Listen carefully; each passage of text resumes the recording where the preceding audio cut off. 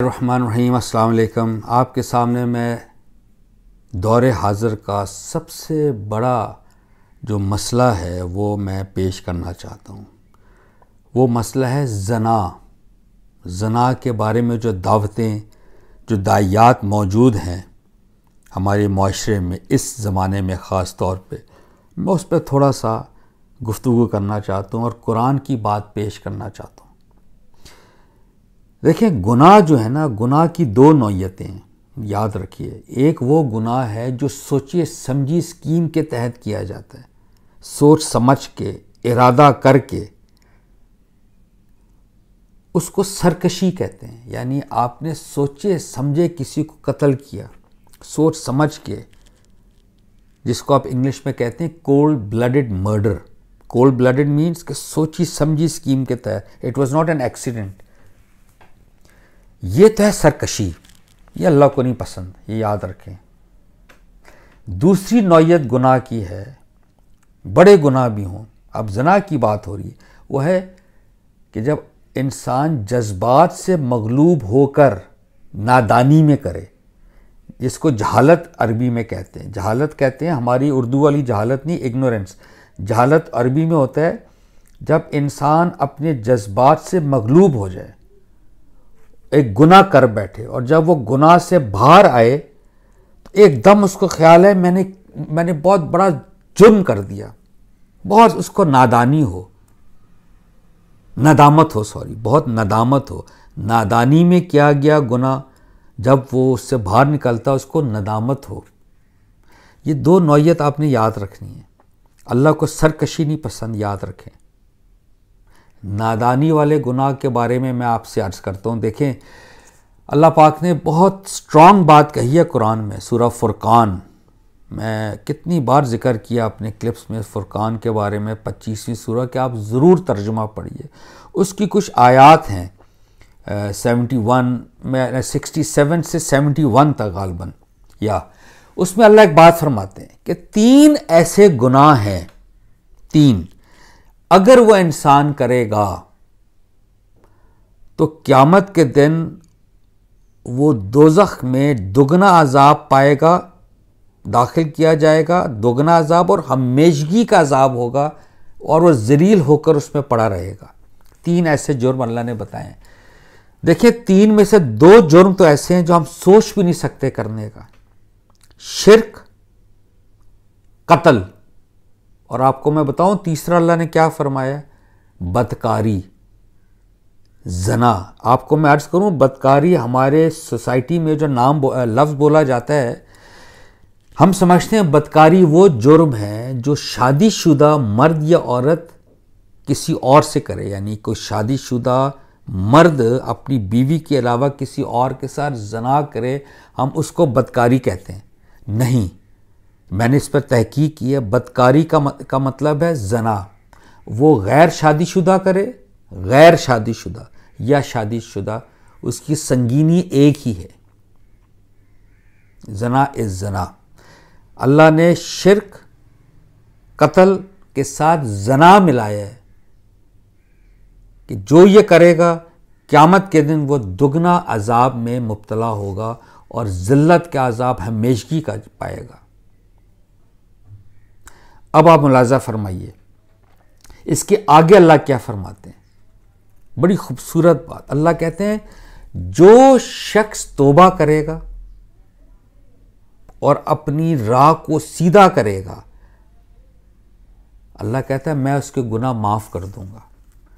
اور دیکھیں اللہ کی گریٹنس، وہ کہتا ہے میں معاف نہیں کروں گا، میں اس کے گناہوں کو نیکیوں سے بدل دوں گا۔ فَأُولَٰئِكَ يُبَدِّلُ اللَّهُ سَيِّئَاتِهِمْ حَسَنَاتٍ، بدل دے گا اللہ گناہ کو حسن سے، اچھی نیکی سے۔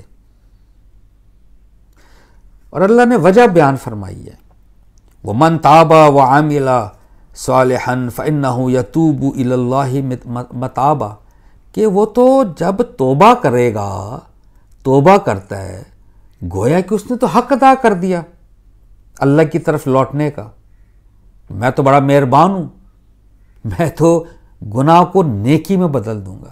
میں نے آپ کو صرف پیغام اس سے یہ دینا ہے کہ دیکھیں زنا بہت بڑا گناہ ہے.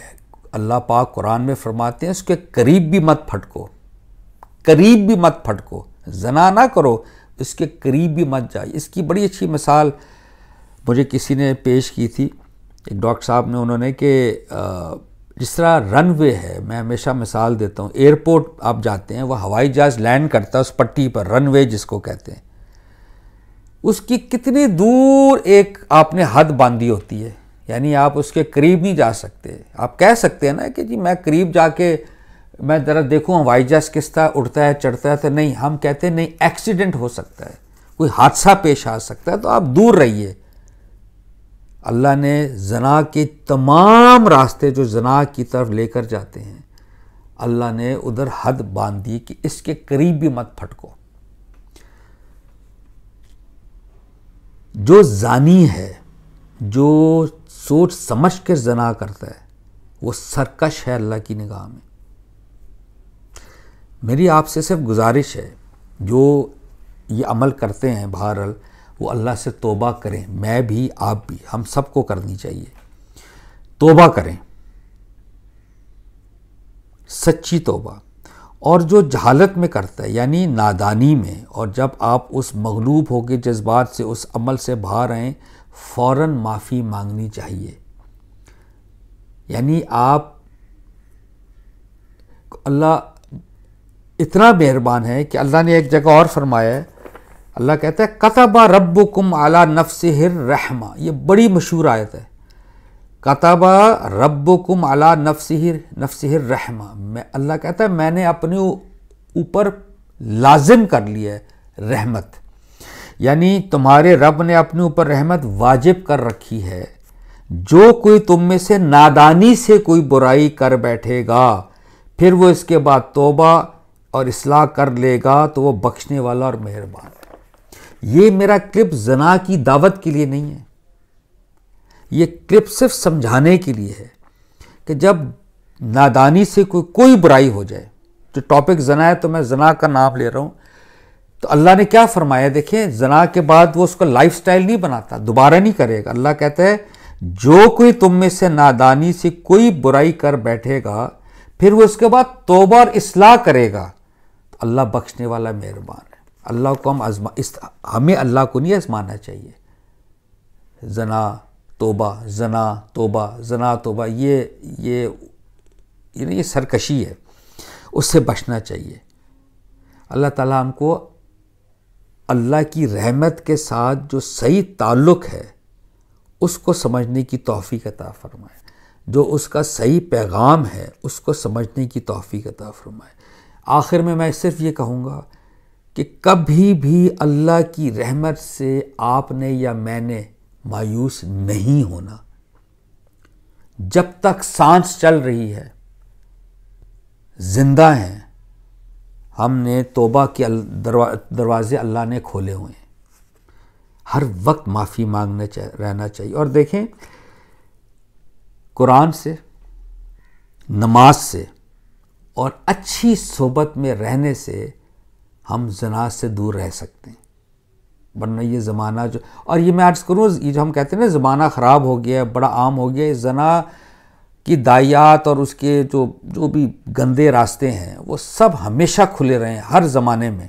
یہ کوئی زمانہ کوئی انوکھا نہیں ہے، ہر زمانے میں وہ کھلے رہے ہیں. تو اللہ تعالیٰ سے اس کی پناہ مانگنی چاہیے. یہ ہم نے رویہ اختیار کرنا ہے. بہت شکریہ. السلام علیکم.